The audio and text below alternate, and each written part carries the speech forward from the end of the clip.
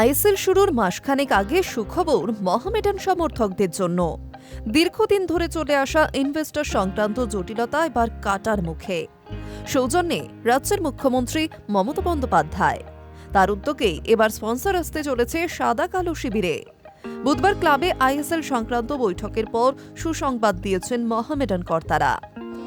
AIFF জানিয়ে দিয়েছে, এই মরশুমে আইএসএল খেলতেই হবে ক্লাবগুলিতে। সেটা না করলে আগামী মরশুমে শাস্তির মুখে পড়তে হবে। এই পরিস্থিতিতে এক প্রকার নিরুপায় হয়ে আইএসএল খেলার ব্যাপারে সম্মতি দেয় সাদা কালো ব্রিগেড। কিন্তু তখনও ইনভেস্টর সংক্রান্ত সমস্যা মেটেনি। শেষে মোহামেডান কর্তারা মুখ্যমন্ত্রীর দ্বারস্থ হন। জানা গিয়েছে, তিনিই উদ্যোগ নিয়ে বাংলারই এক সংস্থার সঙ্গে মধ্যস্থতা করিয়ে দিয়েছেন। ওই সংস্থাই এই মরশুমে মোহামেডানকে ইনভেস্টর করবে।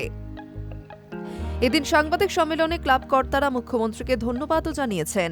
এদিনের বৈঠকের পর মোহামেডান সভাপতি আমির উদ্দিন ববি বলেন, ইনভেস্টরের সঙ্গে কোঅর্ডিনেশন করিয়ে দিয়েছেন মুখ্যমন্ত্রী। আমরা তাকে ধন্যবাদ জানাতে চাই। আমির উদ্দিন ববি আরও জানিয়েছেন, বাংলার এক সংস্থায় তাদের লগ্নি করবে। 20 থেকে 25 কোটি টাকার বাজেট ঠিক করেছে ক্লাব। এর মধ্যে গত মরশুমে ব্যান্ড তুলতেই খরচ হচ্ছে 12 কোটি। এবছর যেহেতু আইএসএল সংক্ষিপ্ত আকারে হচ্ছে, তাই বাজেটও কম রাখা হচ্ছে। ব্যান্ড তোলার পর বাকি টাকাটা দিলেই দল গঠন হবে। মোহামেডান সভাপতি জানিয়েছেন, 25শে জানুয়ারির মধ্যে ইনভেস্টর ঘোষণা হয়ে গেলে আমরা সেটা প্র্যাকটিস শুরু করব। বিদেশি ছাড়াই আমরা খেলব। কলকাতা এবং দেশের অন্যান্য প্রান্তে সেরা ফুটবলারদের দিয়ে দল গঠন করা হবে। মেহরাজি কোচ থাকবে। তবে কাদের সঙ্গে চুক্তিতে সই হবে তা জানাননি ববি।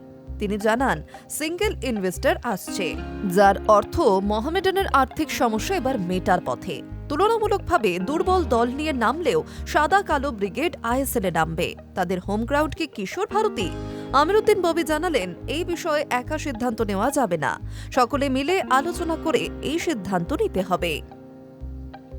High News network.